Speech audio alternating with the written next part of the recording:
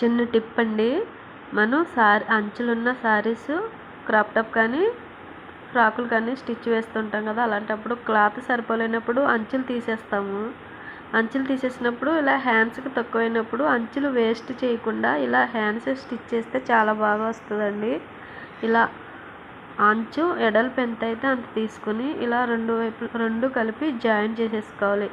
ఇలా రెండు అలాగే జాయిన్ చేసేసుకోవాలి. మధ్యలో ఏమన్నా ఇలా కుట్టు కనబడకుండా ఉండడానికి ఏమన్నా ఆపోజిట్ కలరు ఇలా స్టిచ్ వేసుకోవచ్చండి, చాలా బాగుంటుంది.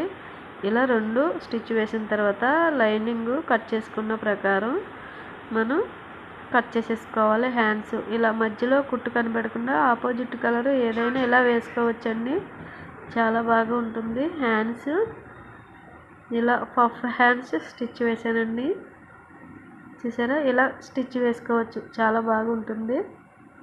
ఈ వీడియో కనుక మీకు నచ్చినట్టయితే తప్పకుండా లైక్ చేయండి, సబ్స్క్రైబ్ చేసుకోండి. Thanks for watching.